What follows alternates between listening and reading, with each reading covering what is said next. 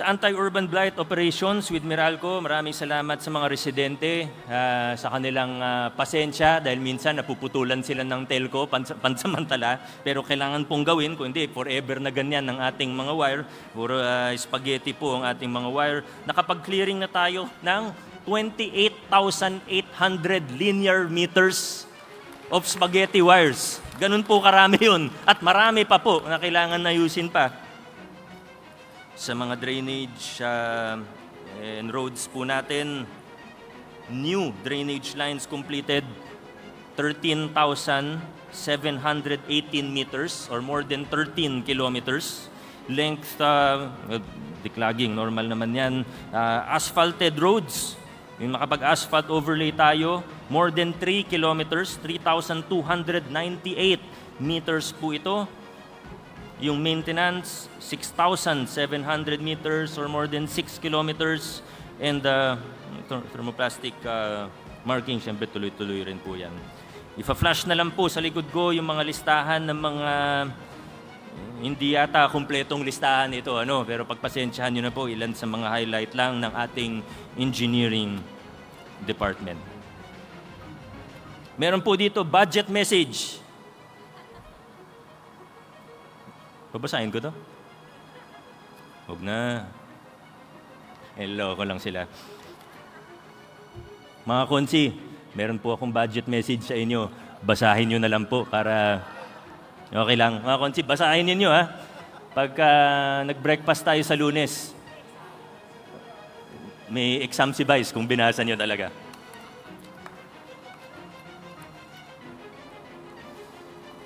Pero alam niyo, itong budget po kasi, yung sa dulo na lang yung siyempre tuwing binabalansin natin lahat. Siyempre, pagtanungin natin ng health department, pagtanungin natin ng ospital, pagtanungin natin ng engineering, siyempre, ang dami nating gustong gawin para sa ating mga kababayan. Kahit sabihin natin mayaman ng lungsod natin, kailangan pa rin nating mamili kung ano yung mga gagawin. Kaya malamang sa malamang, next fiscal year ay magsusupplemental budget po tayo para maisama pa po yung mga hindi kasama sa ating appropriations ordinance na ipapasa this year. Ladies and gentlemen, we have laid the foundations for good governance. Hindi natin sinasabi at hindi natin kailanman sasabihin na perpekto mga ginagawa natin, malayo pa po. Pero kung meron tayong maipagmamalaki bilang mga Pasigueño, ito po yung nailatag na natin yung mga pundasyon para sa mas mabuting pamamahala, para sa mas transparent na paggugoberno, para sa pakikilahok ng taong bayan sa ating gawain, para sa mas pinalakas na pananagutan ng mga opisyalis ng gobyerno sa taong bayan. Once again, we have laid the foundations for good governance, and now our approach or the questions we have to ask ourselves is now shifting. How do we act more efficiently? How do we move faster? How do we do better in everything that we do? Para sa mga CSOs, tanungin natin ang sarili natin. Nakilahok na ako noon, pero paano ko mas palalalimin pa patataasin pa ang antas ng aking pakikilahok o engagement sa ating pamahalaan? How can I contribute more to the local special body that I am a part of? Para sa ating mga hepe ng units, opisina, ng departamento, opo, masaya tayo dahil marami tayong accomplishment, pero sana regular nating tinatanong din ng ating mga sarili, nag-i-innovate pa ba ako? Nagsisikap pa ba ako na pagandahin pa ang trabaho ko at ng opisina ko? O naging kampante na ba ako dahil maganda naman yung performance? Pwede ko pa bang pabilisin ng aksyon ng aking opisina? Ano pa ba yung pwede kong gawin? Sa ating mga konsehal, tanungin natin ang ating mga sarili. Lagi pa bang nangingibabaw ang interes ng nakararami? O nahahaluan na ba ng masyado ng politika ang aking mga desisyon, ng mga pulisiya na aking sinusulong. Sa ating mga barangay officials, sama na po natin yung SK, pero lalo na sa ating mga barangay officials, tanungin po natin ang ating sarili. Nakikiisa ba ako sa pagpapatupad ng mabuting paggogobyerno o gumagamit pa rin ba ako ng financer at hawak ko yung pera ng barangay? Ito na po yung mga kailangan natin tanungin sa ating mga sarili. Mula 2019, nagpakilala tayo ng matitinding pagbabago. Muli po, marami sa ginawa natin ay sinabi noon na imposible, na hindi mo magagawa yan, na hindi nyo kayang gawin yan.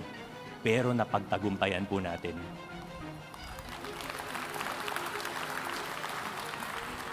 Hindi naging madali. Tinaya natin, buhay natin mismo. Pero aaminin ko na sa paglilinis natin ng ating pamahalaan, nakafocus tayo sa ating city government o lokal na pamahalaan, pamahalaang lungsod, hindi natin masyado natutukan ang ating mga pamahalaang barangay. But now, with a supportive city council, with an honest vice mayor, with our councilors who have proven their integrity, and not just integrity, but willingness to fight for good governance, mas matututukan na natin ngayon ang mga pamahalaang barangay. Hindi po ito para sa akin, hindi ito para sa amin, hindi ito para sa kahit sinong isang tao, individual. Ito po ay para sa lungsod natin, para sa mamamayang Pasigueño, at para na rin sa mamamayang Pilipino. Ginagawa natin ito para sa kanila. Sa gitna ng lahat ng kontrobersiya, sa lahat ng problema na hinaharap ng ating bayan, sana po pare-pareho po tayo na nagdurugo ang puso. Sana po pare-pareho tayo na naghahangad, na inaasam-asam natin ang isang mas maayos na Pilipinas. Huwag tayo tumingin sa masyadong malayo. Ayusin muna natin ang nasa bakuran natin. Ayusin muna natin kung ano yung nasasakupan natin.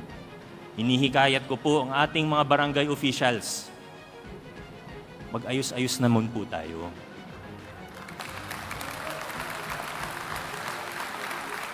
Hindi ko po nilalahat. Marami na akong nakitang mga barangay na maayos, maganda ang serbisyo. Pero wag na rin po tayong maglukuhan. Marami sa mga opisyalis natin sa barangay, alam na po natin kung ano ang ginagawa. Huwag kayong magmamalaki sa akin na malakas kayo kay COA Commissioner Lipana.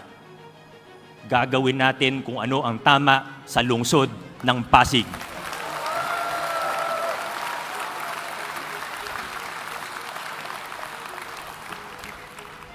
Akala nyo, hindi ko alam. Mga sinasabi ng iba.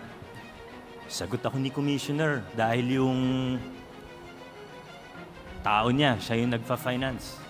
Huwag na tayong magtumpik-tumpik pa. Yung anak niya, nagfa-finance sa mga barangay at sa SKs. Enough is enough. We will stand up for what is right in the city of Pasig.